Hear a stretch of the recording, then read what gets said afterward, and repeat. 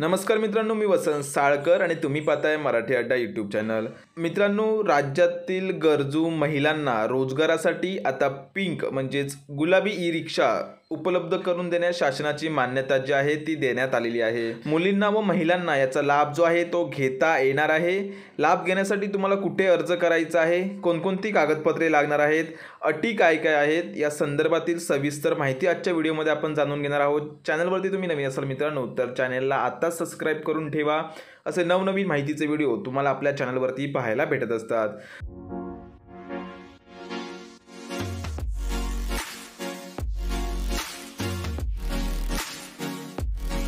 तर मित्रांनो, महिला व बालविकास विभागाअंतर्गत दिनांक 8 जुलै 2024 रोजी हा जो शासन निर्णय आहे तो निर्गमित करण्यात आलेला आहे.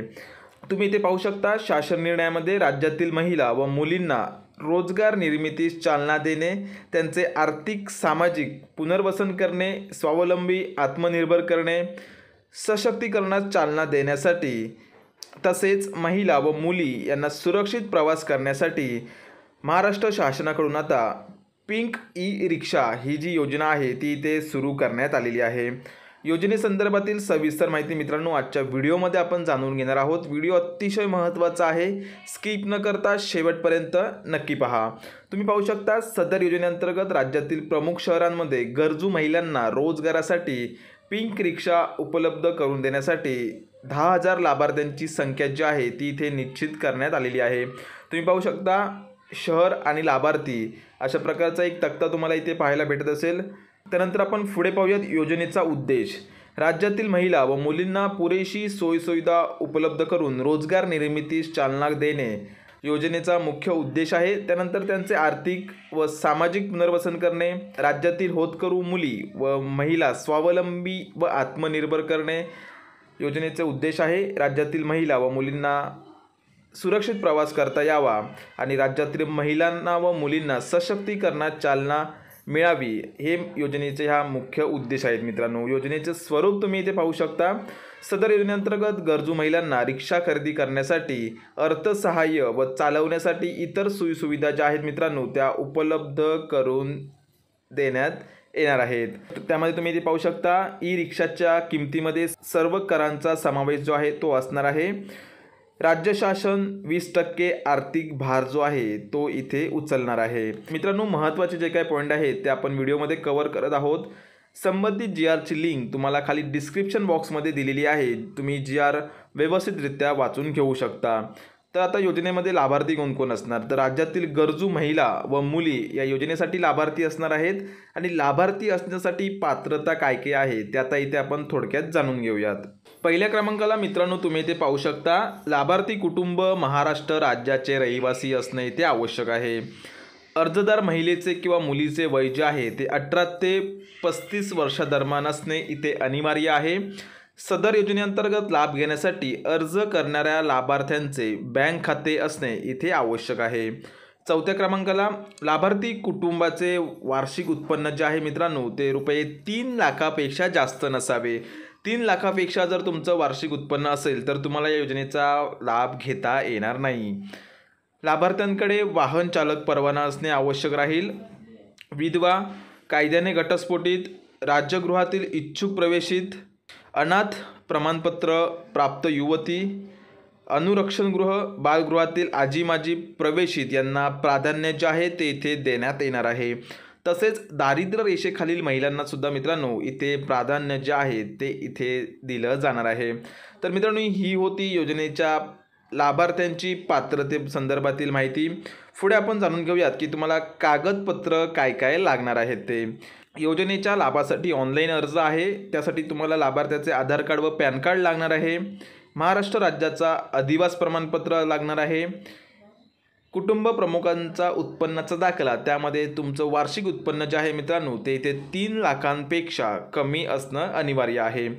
नंतर बँक खाते पासबुक आणि पासपोर्ट आकाराचा फोटो तुम्हाला इथे कागदपत्रामध्ये लागणार आहे. 7व्या क्रमांकाला तुम्ही पाहू शकता, मतदार ओळखपत्र. 18 वर्ष पूर्ण झाल्यानंतर मतदार यादीत नाव असलेल्याचा दाखला किंवा तुमचं मतदार ओळखपत्र जे आहे ते इथे लागणार आहे. सोबतच रेशन कार्ड, तुमचं चालक परवाना म्हणजेच ड्रायव्हिंग लायसन आणि 10व्या क्रमांकाला तुम्ही पाहू शकता, सदर रिक्षा ही लाभार्थी महिलाच चालविणार असल्याचे हमीपत्र जे आहे ते तुम्हाला इथे सादर करायचं आहे. आणि सदर योजनेच्या अटी शर्तीचे पालन करण्याबाबतचे सुद्धा हमीपत्र तुम्हाला इथे कागदपत्राच्या यादीमध्ये जोडायचं आहे. अतिशय महत्त्वाची अशी ही माहिती आहे मित्रांनो. लाभार्थी निवड करण्यासाठी समिती गठीत करण्यात आलेली आहे. समितीमध्ये कोण कोण आहे ते तुम्ही इथे पाहू शकता. पुढे आपण महत्त्वाची माहिती इथे जाणून घेऊयात. योजनेची कार्यपद्धती कशा प्रकारे असणार आहे.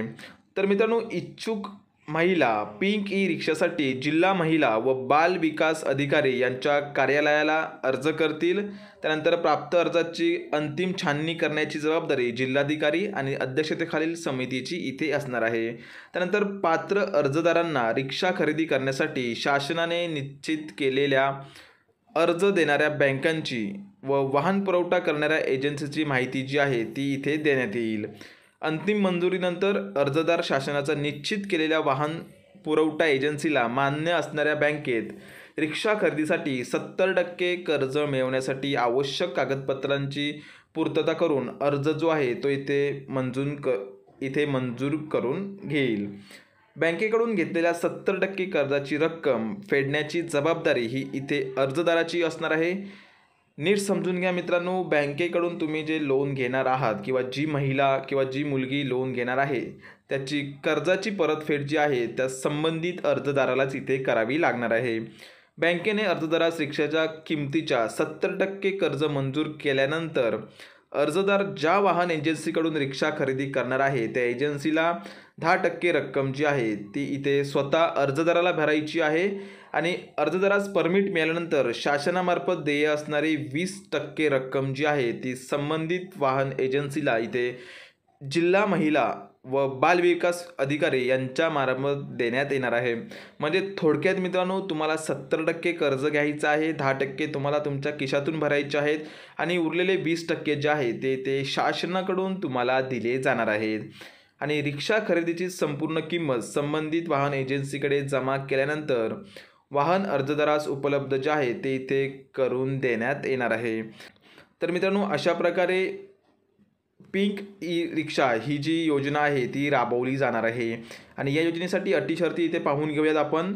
सदर योजनेअंतर्गत लाभार्थी महिलेला एकदाच लाभ घेता येणार आहे. सदर महिलेने शासनाच्या इतर विभागांमार्फत राबवण्यात येणाऱ्या ई रिक्षा योजनेचा लाभ घेतलेला नसावा. सदर लाभार्थी महिला कर्जबाजारी नसावी आणि कर्जफेडीची संपूर्ण जबाबदारी जी आहे ती इथे कर्जदार किंवा लाभार्थी महिलेची जी आहे ती इथे असणार आहे. तर मित्रांनो, अशा प्रकारे तुम्ही इथे पाहू शकता पिंक ई रिक्षा ही जी योजना आहे ही इथे महाराष्ट्र शासनाकडून राबवली जात आहे. आशा करतोय की व्हिडिओमध्ये सांगितलेली माहिती तुम्हाला आवडली असेल. व्हिडिओ जर मित्रांनो आवडला असेल तर व्हिडिओला लाईक करून जास्तीत जास्त मित्रपरिवारामध्ये शेअर करा, जेणेकरून त्यांनासुद्धा या माहितीचा फायदा होईल. धन्यवाद.